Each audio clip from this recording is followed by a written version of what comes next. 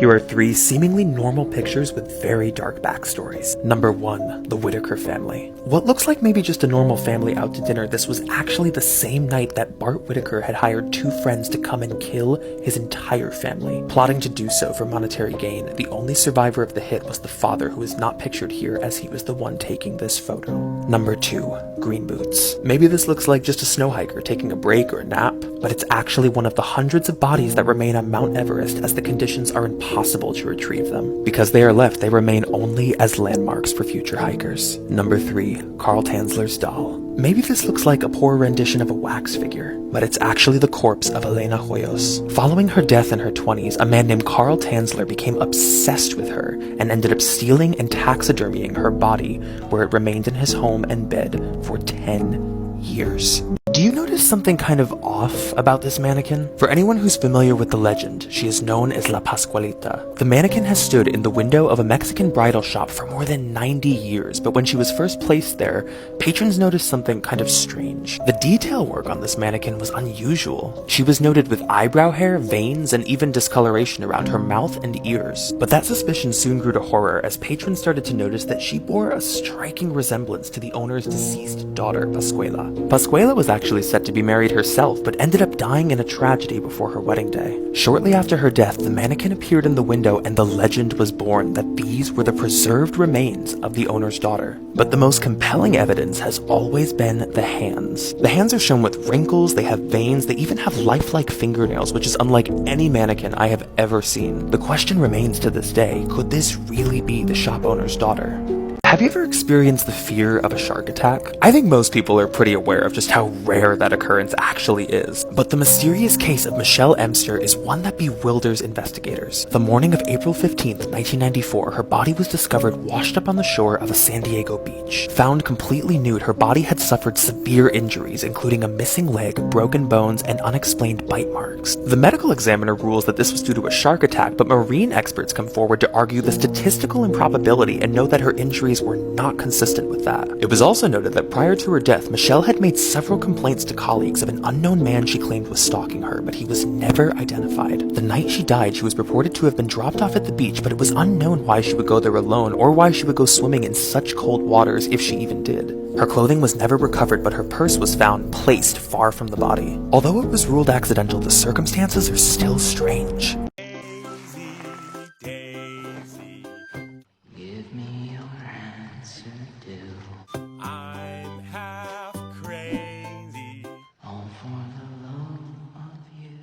What is it that the rich and elite all have in common? Musicians, world business leaders, even US presidents. They all attend the Bohemian Grove. But before I get into this video, if you want a full-length video on the Bohemian Grove, I'm going to post one to my YouTube. If you want to subscribe, the link is in the bio. Okay, so the Bohemian Grove refers to a secretive members-only retreat that hosts a yearly gathering in the woods of California. This secret society is exclusive to only men and has been in existence since 1872. During the encampment, the events that take place are kept hidden from the public and outside photography is strictly forbidden. However, there have been various photos and videos that have leaked through the years showing unusual gatherings and unexplained rituals. The grounds are protected by a year-round security team and very few outsiders have ever been able to get inside. The mystery of these rituals is one that perplexes the outside world. So why do the richest men of the world partake in the Bohemian Grove? There is no way that you didn't see a trailer for this back in 2019. The Curse of La Llorona was one of the highest grossing horror films of the entire year. The film capitalized on the Latin American legend of the woman who drowned her children and then herself in a fit of rage when she found that her husband was seeing another woman. According to the folklore, she was trapped in a state of purgatory, just doomed to roam the earth as she wept while she would look for children she could steal to replace her own. Although the legend of her ghost is known throughout various parts of Latin America, it is very deeply rooted in Mexican culture, the story often being told to children as a way to encourage them not to wander off in the dark or she'll come for them. Throughout the years, the mystery around this legend has been popularized time and time again, and there are many people who have claimed to see, hear, or even capture her on film. For those who grew up hearing the legend of La Llorona, the fear of seeing her at night is very much real. Also, if you are loving Creep Time, make sure that you subscribe to my YouTube channel with the link in the bio. What's the first thing that you think when looking at these pictures? For anybody who has childhood memories of Televisa and Channel 5, this was part of a nightly broadcast as a PSA to show missing people throughout the late 90s. But this is the photo that caught everyone's attention, Celine Delgado. Audiences noticed there was something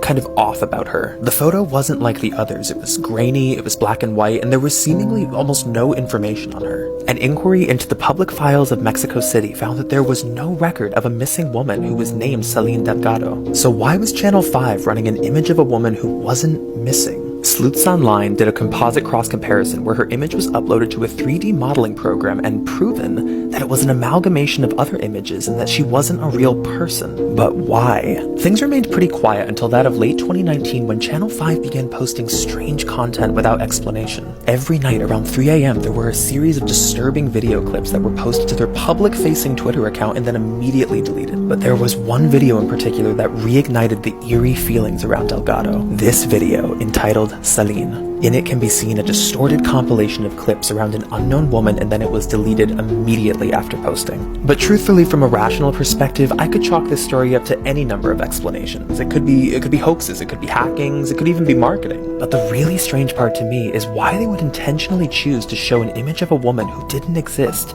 and do so quietly for so many years. This is True Crime by State. Today we are starting with Alabama. I'd completely forgotten this story took place in Alabama at all. It is insane. This is the case of Dr. Amy Bishop. Dr. Bishop was a highly credentialed Harvard graduate who went on to be a biology professor at the University of Alabama. She was known to be standoffish. She had a lot of difficulty socializing with other colleagues in the department. She also had an incredibly dark past. When she was 15, she accidentally shot and killed her brother in their home with a family rifle during an argument. But following that acquittal, let's move forward a good number of years. This is February 12th, 2010. She had just been denied tenure at the university, and this would be her last semester. She was effectively non-renewed. She was fired. So on that February morning, Dr. Bishop teaches 2 classes for biology and then goes to attend a faculty meeting. So everyone is sitting at a conference table, and about 40 minutes into the meeting, she stands up in silence, turns to her side, and fires a 9mm execution style around the room. 3 of those professors are killed instantly, 3 more are wounded, and at some point her gun stalls, which gives them an opportunity to wrestle her, and they get her out of the room and they lock her out. Bishop is apprehended very quickly, and she's in complete denial of what she just did. She doesn't even understand that people are dead. She can't accept it. She was later charged with capital murder and narrowly escaped prosecution for the death penalty under a plea deal. The case of Dr. Bishop has haunted the university for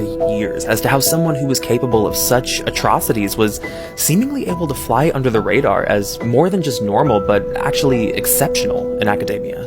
This is True Crime by State. Today we are covering Alaska. I went through a lot of cases for Alaska, but there was nothing that compared to Robert Hansen. Outwardly, Robert was a pretty successful person living in Alaska throughout the 70s and 80s. He owned a bakery, he had his own home, he even had a small private plane, and was a pretty accomplished hunter. But Robert had a dark past. He grew up with severe acne and a horrible stutter, and was often the subject of ridicule and rejection from the girls he liked. But in his twisted mind, that rejection bred a lifelong justification for revenge. It was routine for Robert to abduct young women in his car and then bring them home where they were tortured and assaulted. He'd then fly them on his private plane to a remote location to then release and hunt them through the woods as if it was sport. But it all changed with Cindy Paulson. When Cindy was captured, she was tortured and then handcuffed, and then she was brought to board his plane. While he was in and out of the car while loading the cockpit of the plane, she saw her chance. He had left the door unlocked. She kicks off her shoes to leave them in the car as evidence, sneaks out the driver's side, and makes a run for it. She gets away, but when found by police, they start to discredit her accusations because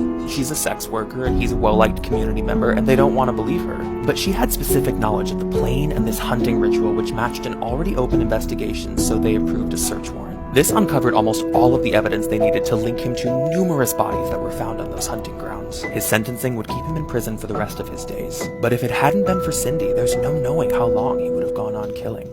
I'm going to show you a picture that you've probably seen before, but maybe don't want to again. The Dream Man. In 2008, this drawing was published and everybody saw it. It was accompanied with the tagline, "Have you seen this man?" The implication being that this was a familiar person to everyone that they had seen in their dreams, but it wasn't somebody they'd seen in real life. The photo gained a real sense of momentum by 2009 and was traced back to marketer Andrea Natella. Let's first note that this was released as a hoax. This is part of what Andrea does. He leans heavily into shock value tactics for marketing, and clearly it was very successful because it reached a lot of people. But even though it was debunked as just marketing, Why was the image successful? Why were there so many people that had believed that they'd seen this man before, at least enough for it to go viral? One theory leans heavily into Jungian archetypes, which suggests we have a sort of preset collective unconsciousness that we can recognize and feel familiar around certain archetypal faces in different times of distress or in life. While still not completely understood and very much so just a theory, it's believed that the imprints of these archetypal faces are something that's inherited. It's a form of unconscious memory which was passed down from ancestors. So we can understand that as a theory. You know, it would explain the strange sense of familiarity that we all feel when looking at that face. But what are the origins of that? If we do have this sort of preset collective unconsciousness, why is it this face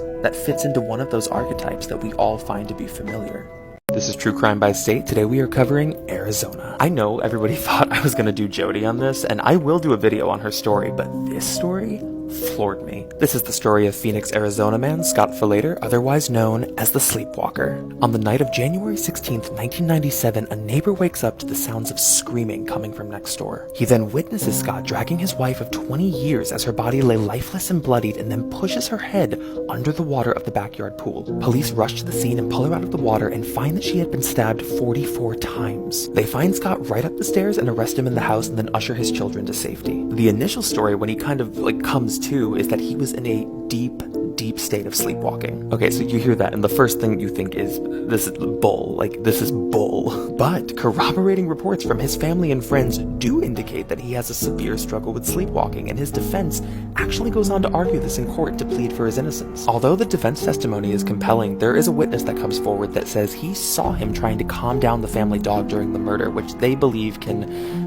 essentially prove that he was conscious and aware. He's served with a life sentence, but to this day, he maintains that he has no memory of the attack. Shockingly, this is not the first case of homicidal sleepwalking, which is terrifying, but this one in particular definitely stands out for the state. And truthfully, we'll never actually know whether or not he was or wasn't sleepwalking that night. Here are 3 of the most disturbing facial reconstructions and the chilling backstories behind them. But before we get started, I did make a YouTube channel for everybody who requested. If you want to subscribe, the link is right in the bio. Alright, let's get into it. Number 1. The Irondequoit Jane Doe. Found buried in a shallow grave in New York State, the manner of death was ruled as suspicious, but there were no signs of trauma found on her body. Once found, her remains were so badly decomposed that it's suspected she may have been buried there for up to 30 years before being uncovered. Number 2. The Philadelphia teen. Discovered to have been shot and possibly burned, his remains were found near the railroad tracks in Philadelphia in 1977, and he was the victim of a horrific homicide. To this day, he has never had any friends or family that have come forward to claim his identity, and he remains unknown.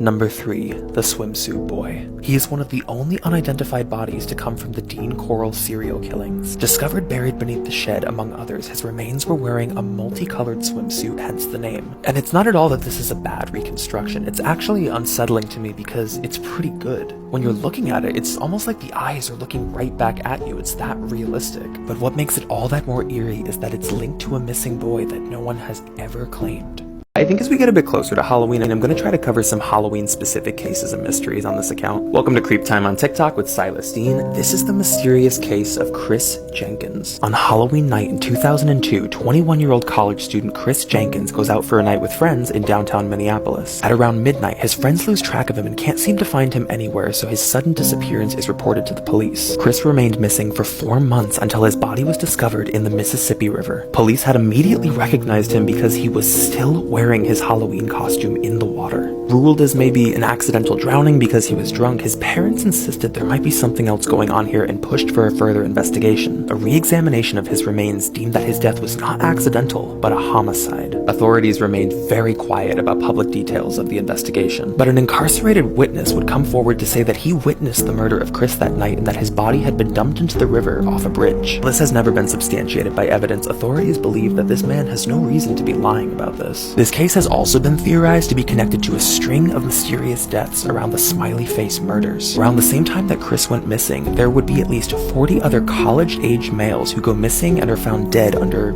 strange circumstances involving drownings and mysterious locations in water. The scenes where these bodies were discovered were all marked with mysterious smiley faces that would be spray painted and graffitied onto walls and landmarks. This is a case for a whole other video. The case of Chris has never been connected to these other deaths, but remains a mystery as to what really happened to Chris that Halloween night. I had to get myself up and out of the bed for this because I'd never heard of this case before. Welcome to Creep Time on TikTok with Silas Dean. These are the 13 unaccounted minutes before Patrice Andres went missing. On April 15th of 2004, Patrice, who's a local salon owner in Georgia, walks into her shop and finishes her last client at exactly 11:37 a.m. Another client then calls the shop at 11:50, to which there's no answer, which is very unlike Patrice. In that 13-minute window, something happens in that salon where Patrice goes missing. The next client comes in to find the shop empty, and police are called to the scene, which is eerily undisturbed. Aside from some missing money in the register, there's nothing that's out of place, there's no sign of a struggle, even her lunch is still sitting there warmed up. But two separate witnesses would come forward to report passing the salon within that time frame. Both witnesses come forward to report seeing a light blue sedan parked out front and two unidentified women standing next to it. One of the women was described as tall with dark hair and the other short with light hair. These eyewitness accounts mark one of the only insights as to what happened in those 13 minutes. After 20 months of searching, her remains are finally found at the bottom of a ravine, but the manner of death is unknown. Initially, her husband is suspected to be involved as maybe a jealous spouse, but a scrutinizing investigation would rule him out. She leaves behind her 15-year-old son at the time, who till this day continues to search for answers as to what really happened to his mom on April 15th. So what are your theories as to those 13 unknown minutes?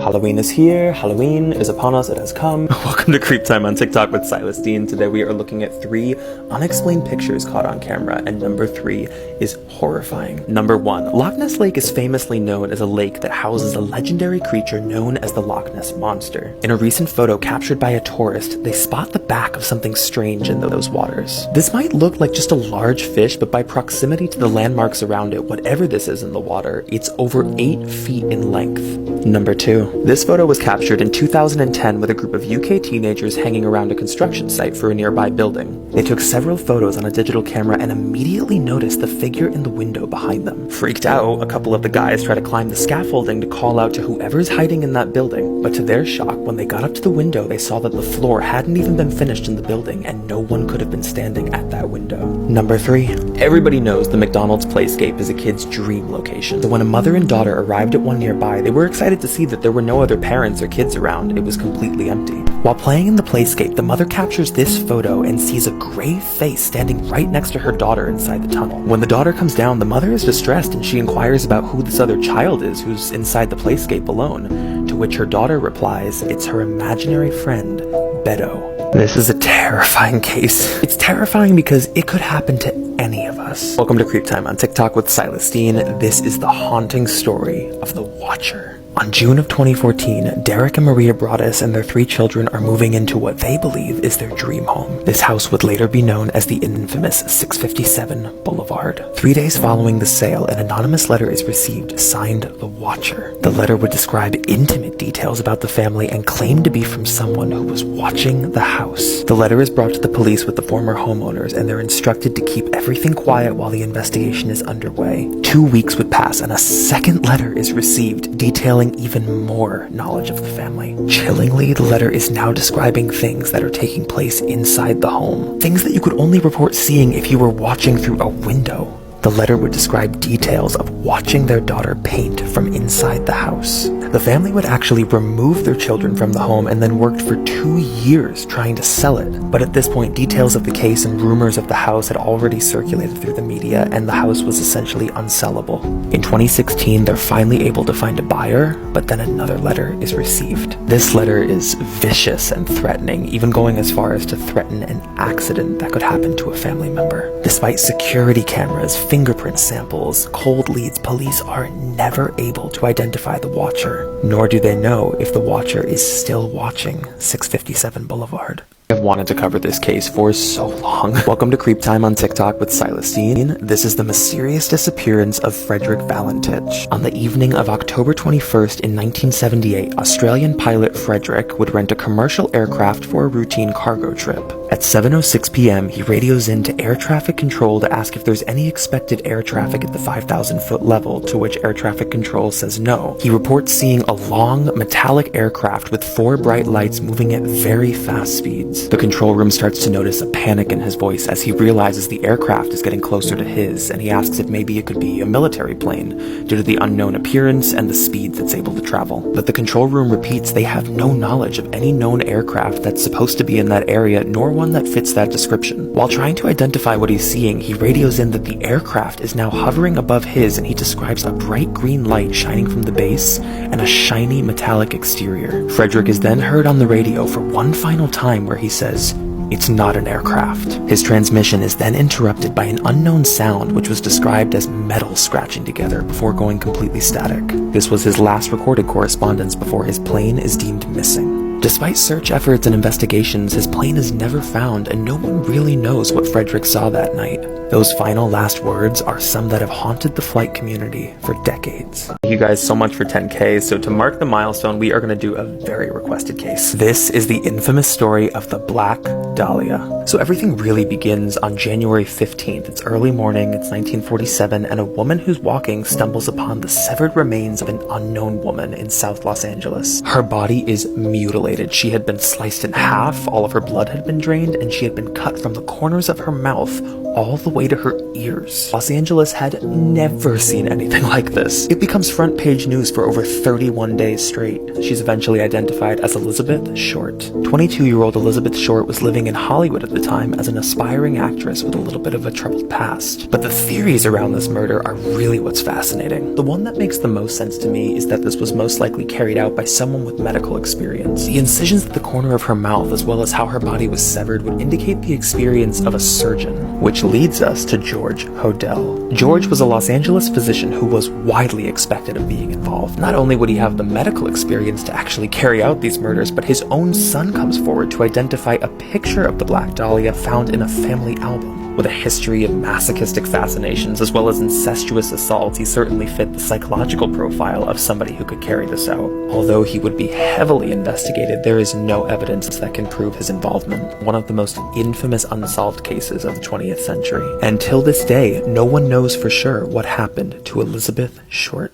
This case is gonna give you chills. Welcome to Creep Time on TikTok with Silas Dean. This story is from a man named Grady Hendrix about his childhood back in the 80s. So his parents had moved into this house around May of 1981. He's like any other 9-year-old kid. He realizes he can sneak downstairs in the middle of the night and grab anything he wants from the kitchen without his parents finding out. Until one night, while he's sneaking down in the dark, he hears something that makes him freeze. The sound of a fork hitting a counter in the kitchen. From the hallway, he can see the outline of a tall, thin man who had been eating at the kitchen counter. He races upstairs and he gets his parents up from their sleep, but of course by the time they go downstairs, there's nothing. But over the next couple of months, there's odd instances of strange noises in the house, there's things being misplaced in the kitchen. Over that summer, while he's lying awake in bed, he hears movements coming from the ceiling above him, so he flips over on his back. He recounts seeing a pair of eyes staring back at him from the ceiling vent. He becomes hysterical. His parents get up, they have to search the attic, they search all the crawl spaces, but still, they're not finding anything. They just keep assuming that he's freaked himself out. But by the end of that summer, an HVAC inspector comes to the house and finds something horrific. The rotting remains of a dead man who had crawled into their vent system and was living in their walls. I can't think of anything more chilling than that, but of course what this meant was that everything Grady had seen was real. Since I've heard this story, I can't look at the vents in my house. I'm so freaked out. Here are 3 of the most disturbing police sketches and the chilling backstories behind them. Number 1 is Mr. Cruel. This is an unknown man who was never caught but was a serial child predator who was targeting Australia through the late 80s. Described as a brutal assailant, he was also very cautious to conceal his identity and was always seen wearing a tightly fitted ski mask so that his victims could only see through to his eyes. Number 2 is the Eerie-Eyed Man. This is an infamously haunting sketch of a repeat window voyeur who had at least one credible account of entry and assault of a woman. Reported in 2016 and made famous for the unsettling features and disturbingly oversized eyes, this sketch is a haunting reminder that the suspect has never been caught and is still out there somewhere. Number 3. I actually find this one really difficult to look at for some reason. It's just very upsetting. disturbing and distressing? This is actually a sketch of a suspect who would later be known as the Baton Rouge Killer. Initially a miss, police believed they were looking for a white male, when in fact they would be looking for a suspect named Derek Todd Lee. But despite the sketch looking very different from the actual suspect, what's really eerie about it is that this is the expression that the victim remembers seeing on the suspect's face on the night of the attack. I don't know if it's the slightly distorted features or it's that kind of emotionless stare, but there's something about this picture that just doesn't sit right. 3 of the most disturbing facial reconstructions of unknown people. Number 1 is the suitcase body. Before finally being identified as Jenny Gomez, her decomposed remains were found in a suitcase and then sketched by police. The state of her body was not good, and sadly this sketch is almost unrecognizable and doesn't really look like it has features of a normal person. Number 2 is the woman of Oklahoma Road. Discovered off I-40, when the remains were finally found, they were so badly decayed that police initially couldn't determine the sex of the body. Reconstructions of the skull indicated a very unusual bone structure and a body that only stood at about 4'8". This would have been a very recognizable person, but no one ever came forward to claim that they knew the woman of Oklahoma Road. Number 3 is the Ina Jane Doe.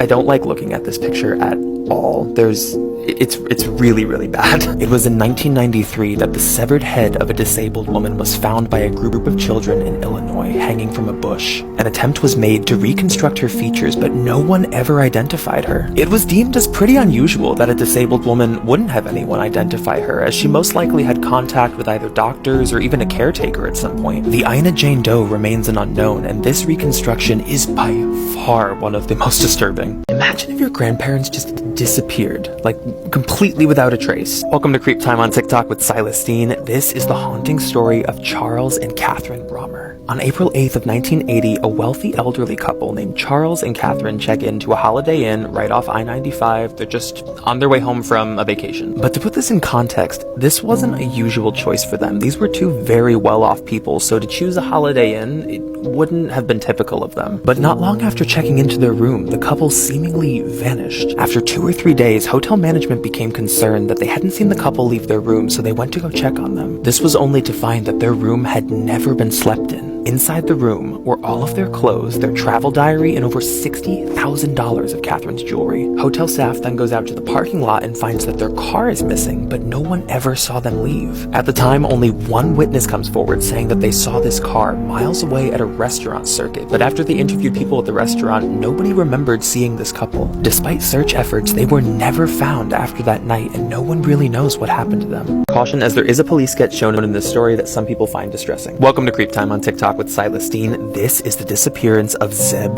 Quinn. On January 2nd of 2000, 18-year-old Zeb Quinn leaves his shift at work to go look at buying a new car with his friend Robert. Surveillance footage from a gas station confirms that they were together, but then Zeb's pager goes off and he has to make an emergency call at a payphone. Allegedly, Zeb doesn't say what the call is about and then abruptly cancels their plans. The next day, his job gets a call saying that he's going to be out sick, but they realize that it wasn't Zeb on the phone. It was actually Robert pretending to be Zeb. He later goes on to say that Zeb had contacted him asking him to call him out sick from work as a favor. But all of this is very suspicious, so Zeb's mother reports her son missing. On January 6th, Zeb's car is discovered right outside the hospital where his mother works. It was found with lips drawn on the window in lipstick, a live puppy inside, and a jacket that did not belong to him. Witnesses reported seeing this woman driving the car just before it was reported to police. She's gone before the car is reported, and she has never been identified, nor has Zeb ever been found. One of the newer developments is that the friend Robert was actually convicted of a murder which was unrelated in 2015, which prompted a search warrant. Police found elements of fabrics and unknown particles that they deemed sufficient to be able to connect and prove his involvement in Zeb's disappearance. I don't know why the details of this are so murky and why they won't say what they found, but as of 2021, Robert has been charged with the murder. But there are still gaps in this story about what evidence turned up and exactly who this woman was who was seen in the car. 3 of the most disturbing facial reconstructions of unknown people. Number 1 is Septic Tank Sam. Many people find this reconstruction to be very unsettling, but the context of the victim is actually so much worse. Discovered by a couple in 1977, the body had been stuffed into a septic tank and was wrapped in a yellow bedsheet. His remains had suffered such severe beatings and torture as well as sexual mutilation, it took them months just to determine the sex of the body. Decades later, through DNA evidence, they were finally able to determine that these were the remains of 26-year-old Gordy Sanderson. However, the nature of the murder has never been determined. Number 2. Maria. Discovered in 1952, the remains were found in Black Hawk, Colorado, and they effectively named her Maria until they could determine her identity. But they never did. Examiners found that she had been struck in the head and that she may have been burned alive, but they're not certain. This reconstruction is pretty indicative of very early techniques and sadly wasn't very helpful, so they could identify who she was, and she remained Maria. Number 3. The Montrose Jane Doe. This was a really horrific restoration that was later revised into something that would be more recognizable. So the cause of death was never determined, but the suspicious nature of the body indicated this was most likely a homicide. Her older reconstruction was later archived as more modern composites were made. But till this day, the case is still cold, and she remains only known as the Montrose Jane Doe. Here are 3 of the most disturbing police sketches and the chilling backstories behind them. Number 1. The Night Stalker. Easily one of the most haunting and well-circulated sketches of the 80s, the Night Stalker terrorized Los Angeles. Described with a wretched smell and rotted teeth, he'd spent months breaking into homes to brutally mutilate seemingly anyone. Number 2. The Zeb Quinn Woman. This was a digital composite created of the suspected woman who was last seen in Zeb Quinn's car. If you don't know the story, Zeb was 18 years old when he disappeared. Only his car was found with a pair of lips drawn on the window with lipstick and a live puppy inside. Witnesses reported seeing this woman driving the car, but she was gone before the car was reported. Till this day, Zeb has never been found, and they have never been able to identify who this woman was. Number 3. The Lake Bodom Murderer. In 1960, 4 teenagers camping at Lake Bodom were bludgeoned and stabbed through their tent with only one survivor. Witnesses who were up early that morning reported seeing this man running from their campsite around 6 a.m. The man was never identified, but a photo cropped up from the funerals of the teenagers showing a man who bore a striking resemblance to the suspect. This was also a man that no one claimed to know. All investigators have ever been left with in the case is this sketch. Does a photo like this make you feel uncomfortable? Or something like this? This phenomenon is known as the Uncanny Valley. Introduced by Masahiro Mori in the 1970s, the Uncanny Valley refers to a phenomenon where our brains can register that something is very close to human, but we're also aware that something's not quite right. It's the in-between, where we can process that something looks like a person, but it's not a person, and it causes feelings of distress. Believed to be an evolutionary mechanism, which is also not exclusive to just humans, the Uncanny Valley is where we perceive these things to be a threat or not of us, and it can cause feelings of panic. One of the most well-known modern examples of this was actually an early test screening of Shrek in 2000, where Fiona was rendered as very hyper-realistic. So realistic that it surpassed the threshold of comfort in cartoon and moved into the Uncanny Valley. The children actually became so panicked at this screening, they were reported to be crying at the movie anytime she came on the screen. The entire film had to be halted and she was re-rendered. I'm not sure if this was the actual earliest version of Fiona that made it to the screening, but to put this in context, the one that made it to worldwide theaters is right above.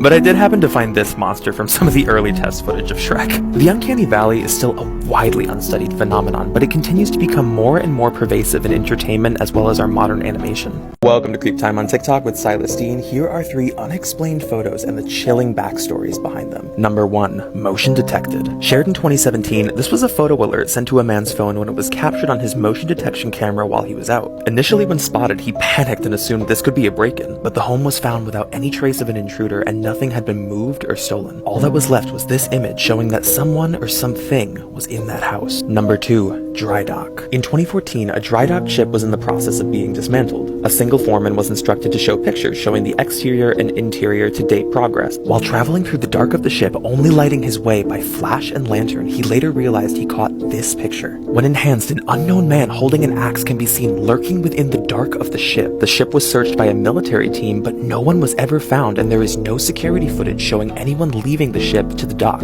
Number 3. Stairway to Heaven. The Haiku Staircase in Oahu, Hawaii is largely forbidden due to the dangerous drops, but in 2015, 18-year-old Dalen Pua decided to climb it solo while sending pictures to his family. But after sending some of those final photos, he was never seen again. A search suspected that he may have fell, but that wasn't the case. His body was never found, and search canines couldn't detect where his scent had gone. The final photo he sent that morning was re-examined and found something chilling. When zoomed in, you can clearly see the outline of an unknown man who was crouching nearby in the woods. The man has never come forward, and Dalen's disappearance remains unknown. known. I've never researched a case that has had more unexplainable circumstances than this. This is the mystery of Dyatlov Pass. For those who aren't familiar with the story, this is in 1959 when 9 experienced Russian hikers are reported missing after a mountain expedition. A search crew was sent to look for them, and what they found was horrific. Their tent was there, but it had been cut from the inside as if they were trying to escape it. The search party that was there didn't find any evidence of a threat outside of the tent, so why they cut their way out was completely unknown. But even stranger than that, the footprints that were found outside of the tent indicated that after they cut their way out,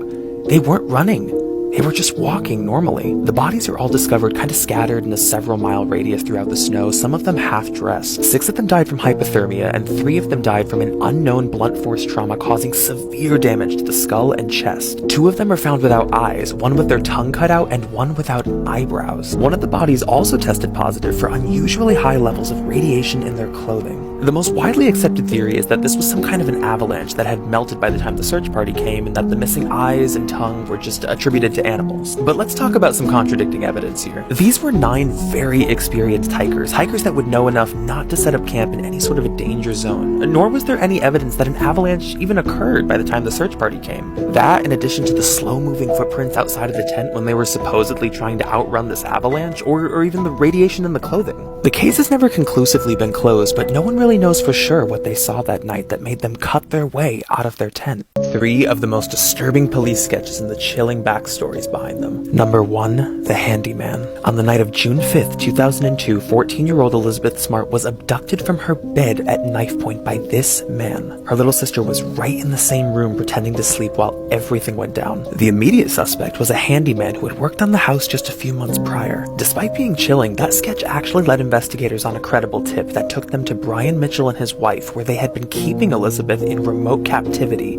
for 9 months. Number 2, the newborn woman. On March 10th, 2007, at 1:20 in the morning, an unknown woman was seen roaming the hospital floor at Lakeside Hospital. Dressed as a nurse in scrubs, she abducted a newborn baby girl that night and then seemingly disappeared. Through anonymous tips, she was located within 48 hours, but the way she was able to scour the hospital and evade security remains completely unknown. Number 3. Lime Lady. This actually isn't a sketch of a suspect, but a victim. In 1980, the body of an unknown woman was discovered by 2 fishermen near a river. She had been covered in quicklime in an effort to decompose her, but it actually counteracted and she was preserved. For more than 40 years, she remained an unknown woman, and this sketch was a haunting reminder of her missing identity. But in 2020, DNA evidence was finally able to identify her as 20-year-old Tamara Lee Tagard, who went missing while on a walk just 4 months prior. Her remains are now known, but the reason for her murder is not. How is it possible for an entire group of people to hear or see someone who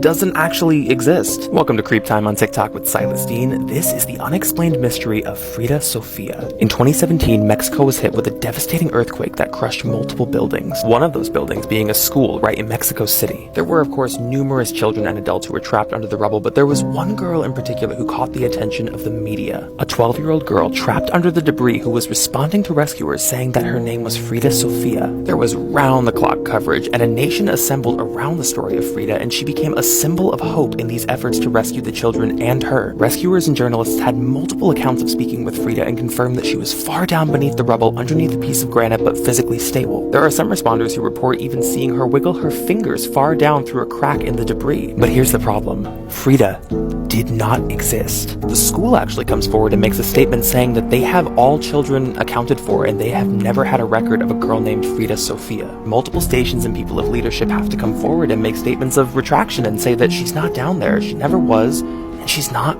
real. Suspected of being one of the largest cases of mass hysteria in modern history, it is completely unexplained how there were so many separate accounts of people who claimed to speak to her or even see her beneath the rubble. Ultimately, the existence of Frida is a complete mystery, and there are still some people who believe she was really down there in that debris. Welcome to Creep Time on TikTok with Silas Dean. I really wanted to do this murder first because it's so creepy. This is the unexplained murder of room 1046. On January 2nd of 1935, a man who was going by the name of Roland T. Owen checked into the Hotel President in Kansas City, Missouri.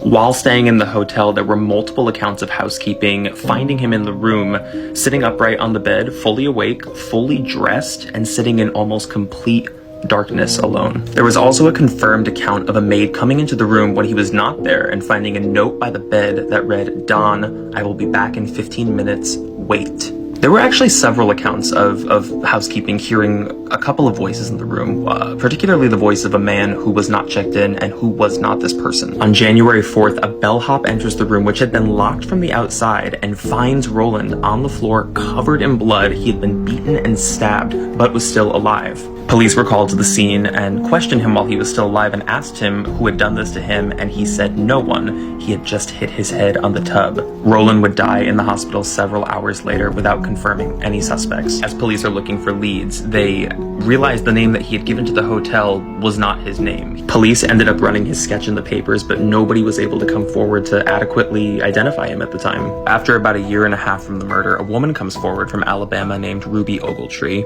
who was able to identify this as her son, Artemis, who had been hitchhiking to California and left home at the age of 17. Unfortunately, till this day, there are still large parts of this case that are wide open and may never be solved, but that is the murder of room 1046. Welcome to Creep Time on TikTok with Silas Dean. This is a case that is bone-chilling to me, and I remember the first time that I heard it too. This is the unsolved mystery of the Lady of the Dunes. On July 26th of 1974, a 12-year-old girl stumbles upon a woman laying face down on a beach blanket in the dunes of Provincetown, Massachusetts. As she gets a bit closer, she realizes what she's looking at is the body of a corpse.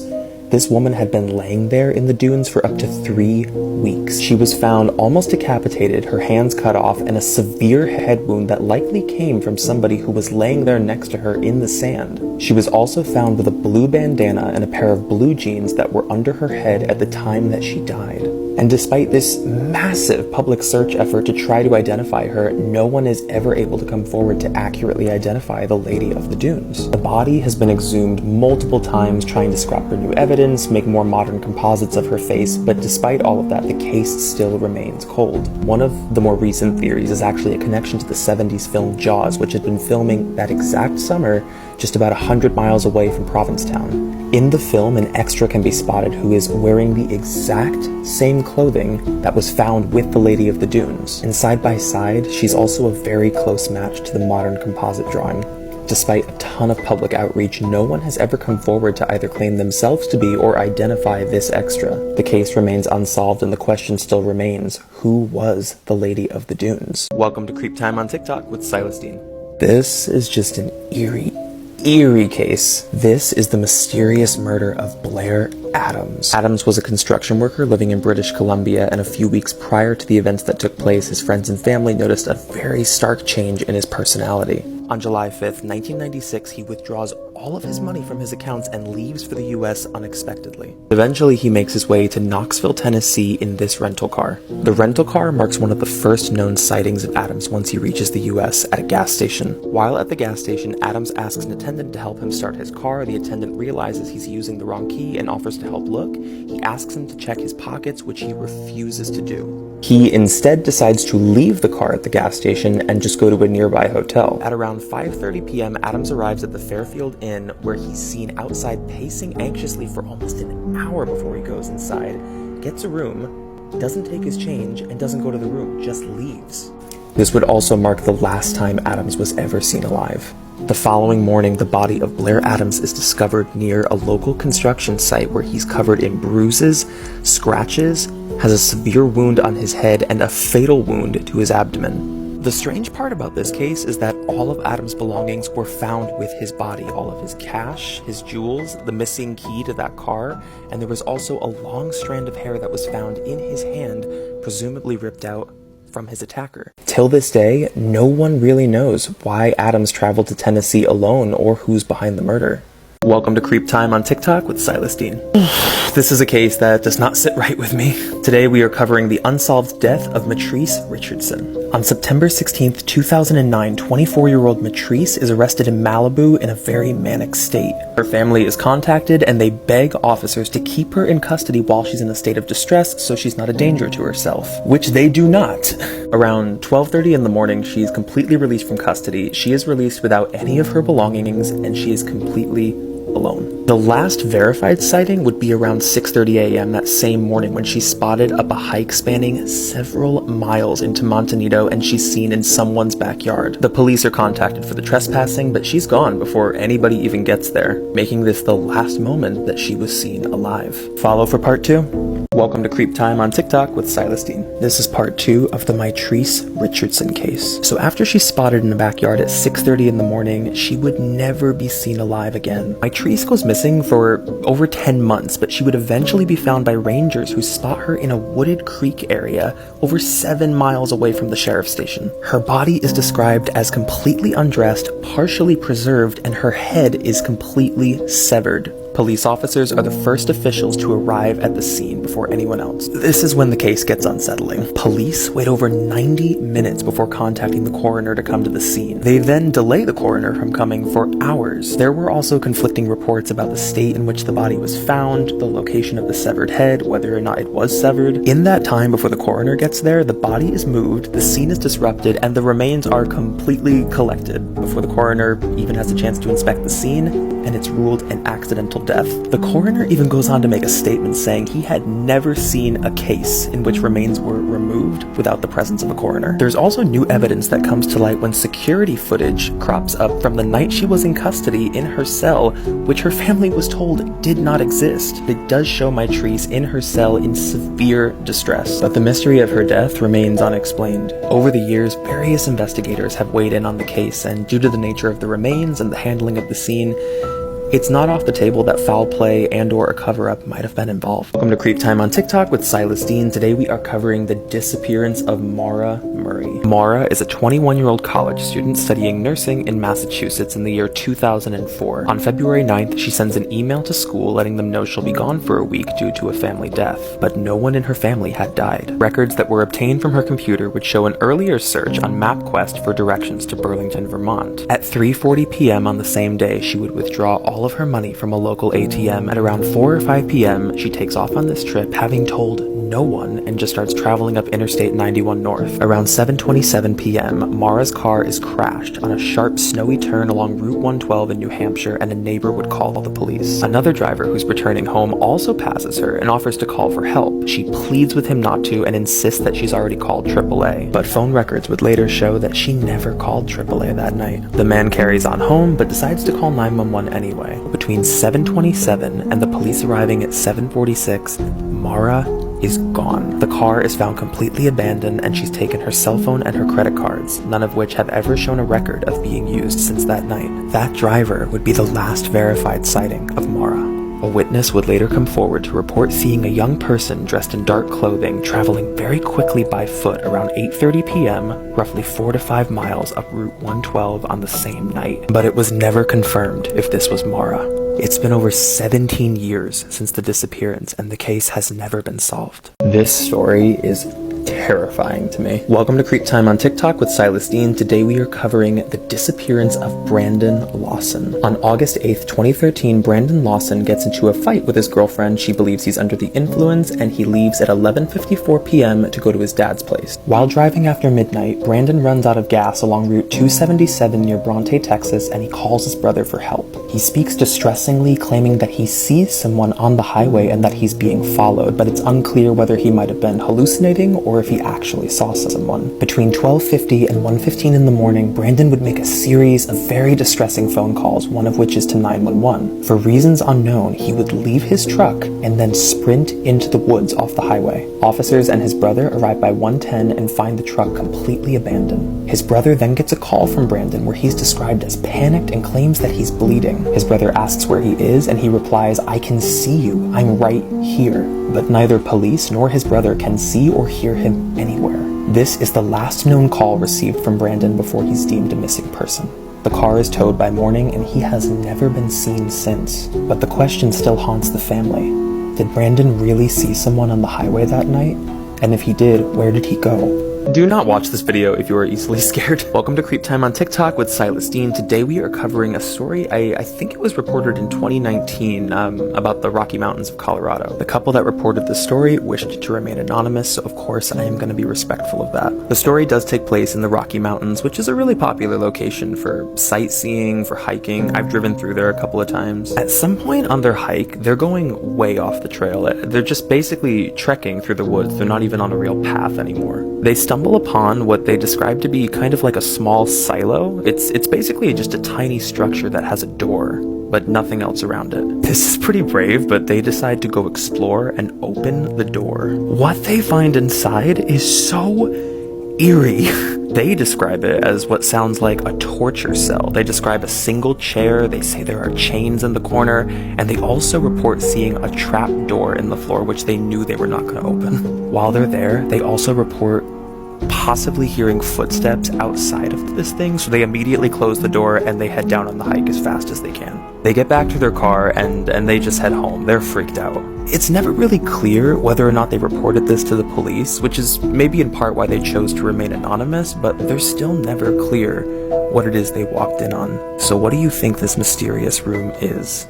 I don't find this case to be a mystery. I see this more as a cover-up. Welcome to Creep Time on TikTok with Silas Dean. This is the mysterious case of Tamala Horsford. November 3rd, 2018. Tamala arrives to an adult slumber party with a group of women from the local football league, some of which she did not know very well. There were also 3 men at the party, either boyfriends or a husband, and some would even spend the night. The last reported sighting was around 2 in the morning when she's seen in the kitchen just before leaving to go have a cigarette on the porch while everyone else was asleep. The backdoor security system registered the door opening, closing, and then opening again at around 1:57 a.m., and that was it. The following morning, Tamala is discovered face down at the bottom of the balcony just off the porch. By 8:59 a.m., Jose Barrera, the homeowner's boyfriend, is already on the phone with 911. On the phone, he's almost describing the potential manner in which she died without even being asked by the operator. It should also be noted that Jose worked in law enforcement at the time, which has been a very suspect part of this case. The scene of the death is handled very haphazardly, and an initial autopsy would rule the death an accident, citing blunt force trauma from the fall. This is only about a 15-foot drop, so the family is immediately suspicious and they commission a private autopsy. That autopsy would find significant damage to the body, including scratches and multiple lacerations, a severely broken wrist and broken neck, not necessarily congruent with a 15-foot fall, but maybe more so a beating. The death is still ruled accidental for the time being, but there are increasingly suspicious details around it. Follow for part 2.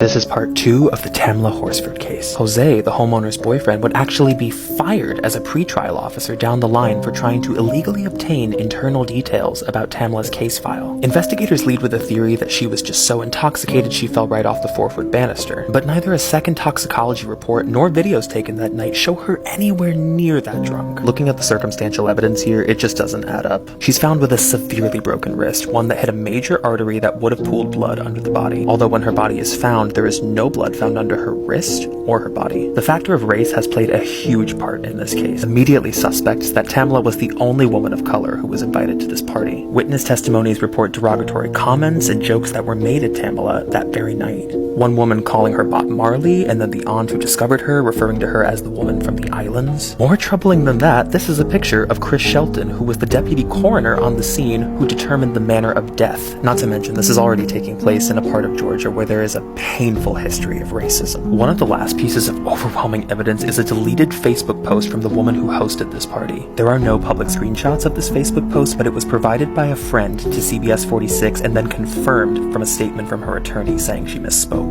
In her post, she writes, and I quote, "There was no fall from my deck."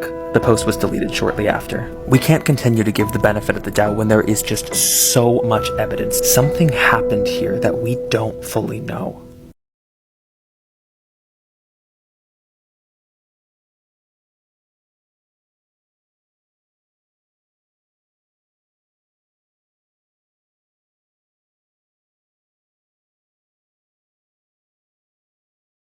This case is gonna give you chills. Welcome to Creep Time on TikTok with Silas Dean. This story is from a man named Grady Hendrix about his childhood back in the 80s. So his parents had moved into this house around May of 1981. He's like any other 9-year-old kid. He realizes he can sneak downstairs in the middle of the night and grab anything he wants from the kitchen without his parents finding out. Until one night, while he's sneaking down in the dark, he hears something that makes him freeze. The sound of a fork hitting a counter in the kitchen. From the hallway, he can see the outline of a tall, thin man who had been eating at the kitchen counter. He races upstairs and he gets his parents up from their sleep, but of course by the time they go downstairs, there's nothing. But over the next couple of months, there's odd instances of strange noises in the house, there's things being misplaced in the kitchen. Over that summer, while he's lying awake in bed, he hears movements coming from the ceiling above him, so he flips over on his back. He recounts seeing a pair of eyes staring back at him from the ceiling vent. He becomes hysterical. His parents get up, they have to search the attic, they search all the crawl spaces, but still, they're not finding anything. They just keep assuming that he's freaked himself out. But by the end of that summer, an HVAC inspector comes to the house and finds something horrific. The rotting remains of a dead man who had crawled into their vent system and was living in their walls. I can't think of anything more chilling than that, but of course what this meant was that everything Grady had seen was real. Since I've heard this story, I can't look at the vents in my house. I'm so freaked out. Please be careful who your kids are around. Welcome to Creep Time on TikTok with Silas Dean. This is the story of the Demon of Luna Park. Luna Park was a thriving theme park in Australia, even through the late 1970s. It was home to the popular ride known as the Ghost Train. On June 9th of 1979, the Godson family were at the park when a mysterious costumed man approached the family without speaking a word. The mother, Jenny, just assumed that this was a park actor, so she ended up taking this photo of her son Damien standing with the man just before he would join his brother and father riding the Ghost Train that very evening. While the boys are riding, the mother, Jenny, walks off to go grab a snack, but then returns to find the ride completely engulfed in flames. The Ghost Train had been set on fire with 35 people on the ride at the time. 7 of those riders would never make it off, including her husband and 2 children. At some point much later, Jenny would remember the mysterious costumed man who had approached the family just before the fire broke out. She ends up contacting the park owners to try to inquire about who the man might have been, and to their horror, they explained that they do not employ any costumed actors within the park. For years, police have pleaded with the public, but the man in the mask has never been identified and is largely suspected to be involved with the fire of June 9th. Till this day, he is only known as the Demon of Luna Park. I haven't covered many cases that deal with the paranormal on this account, but this is a story that stuck out to me. Welcome to Creep Time on TikTok with Silas Dean. This story is from a woman named Whitney Renebe. The story takes place in a rural part of Oklahoma, sometime between 2019 or maybe early 2020. One night while her mother is just sitting in the living room just browsing through old photos on her phone, she comes across 3 pictures that startle her. On her camera roll were these 3 photos taken within minutes of each other around 3 in the morning just a few days prior. One is of her husband sleeping, one is of her daughter sleeping, and then one is of herself. She realized that no one else in the house had taken any of these photos, nor did her family have a history of sleepwalking. This is a family that has 5 dogs in the house, all of which tend to bark with strangers, but there was no sound that night. Till this day, she has no idea who took these pictures or how they were able to do so without disturbing the house or the dogs. The photos are a haunting mystery, leaving the family with one question: who took these pictures? Thank you to Ty Hopper for suggesting this case because it is eerie. Welcome to Creep Time on TikTok with Silas Dean. This is the disappearance of Michael Negrete. Michael was a freshman studying under a music scholarship at UCLA in the year 1999, described by his friends as very well liked and a very friendly kid. On December 10th, the night of his disappearance, Michael would attend a dorm party on the same floor as his dorm and then returns to his room and plays a computer video game against a friend who's in another room until 4 a.m. So right after 4, he leaves his dorm to go congratulate his friend across the hall for beating him in the video game and is then witnessed returning to his room. This is the last verified sighting of Michael. The following morning by 9 a.m., his roommate wakes up to find him gone. He hadn't taken any of his clothes, he hadn't taken his shoes, his keys were still there, his wallet, everything of his was still in the room. Police launch a campus-wide investigation that turns up almost nothing. No evidence of any kind of a secret life or a lover. There's no issues to support battles with depression or substance abuse. He didn't even have a car on campus. He's just gone. His disappearance is so mysterious that it gets upgraded from a missing person case to a homicide investigation. Multiple witnesses would come forward to report seeing an unknown Caucasian man on the dorm room floor the very night Michael went missing that nobody could account for. They release a sketch of the man, but he has never been identified and never comes forward. Till this day, the case remains unsolved and no one knows for sure what really happened to Michael that night.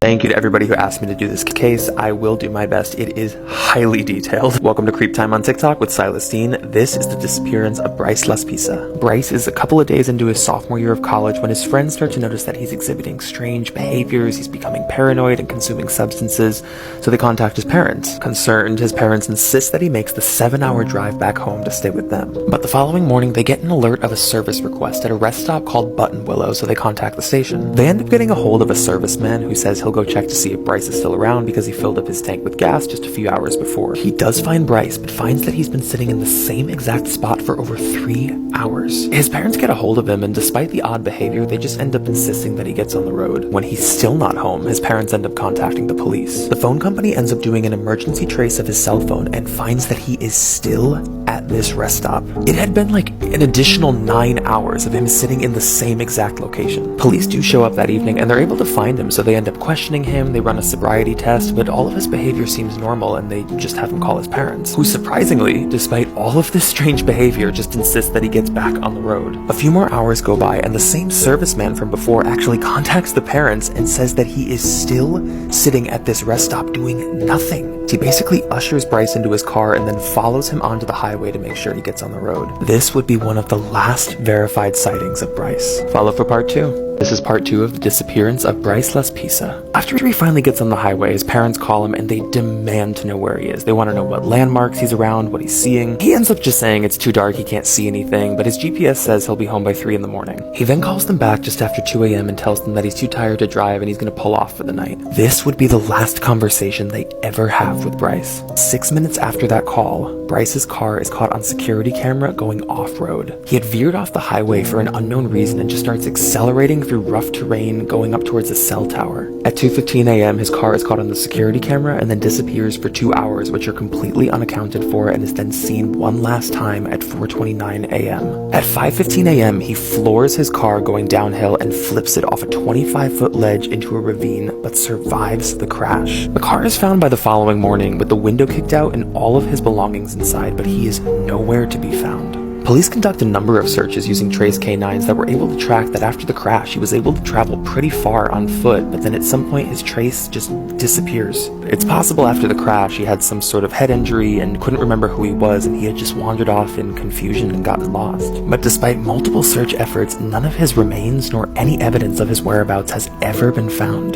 Till this day, the case is marred with endless questions about what really happened to Bryce that night. Welcome to Creep Time on TikTok with Silas Dean. Today we're looking at 3 seemingly normal pictures with dark backgrounds. Number 1. At first glance, this kind of looks like just any other normal family picture around the holidays, until you take a closer look at the father and see a hand on his shoulder that seemingly does not belong to anyone in this picture. Initially thought to be an optical illusion and that the arm here actually belongs to the boy in the middle, he later comes forward and says that he did not have his right arm around anyone, making the hand seen in this picture a chilling mystery. Number 2. This picture seen here looks like any other normal portrait, maybe of a couple in the early 1900s, but to fuel the horror, this is actually a post-mortem photograph, and the woman seen here is not alive in this photo. Post-mortem photography was actually a common cultural practice even through the early 1900s, where a deceased loved one was dressed and staged and then posed with their family or spouse for one final photo.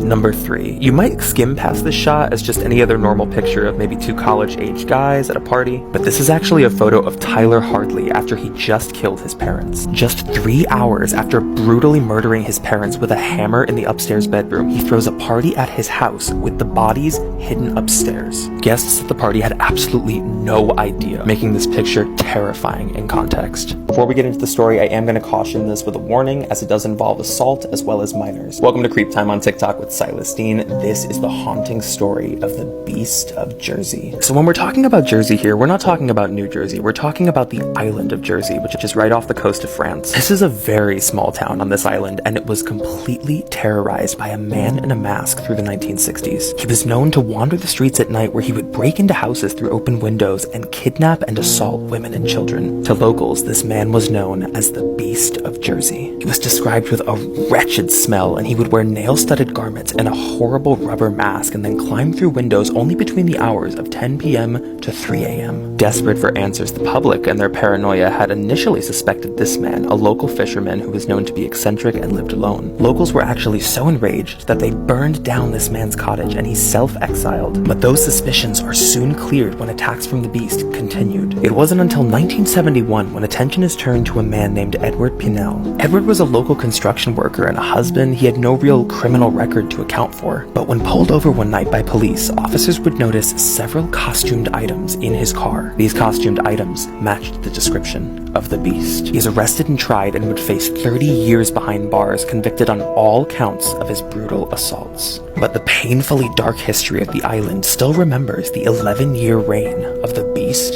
of Jersey.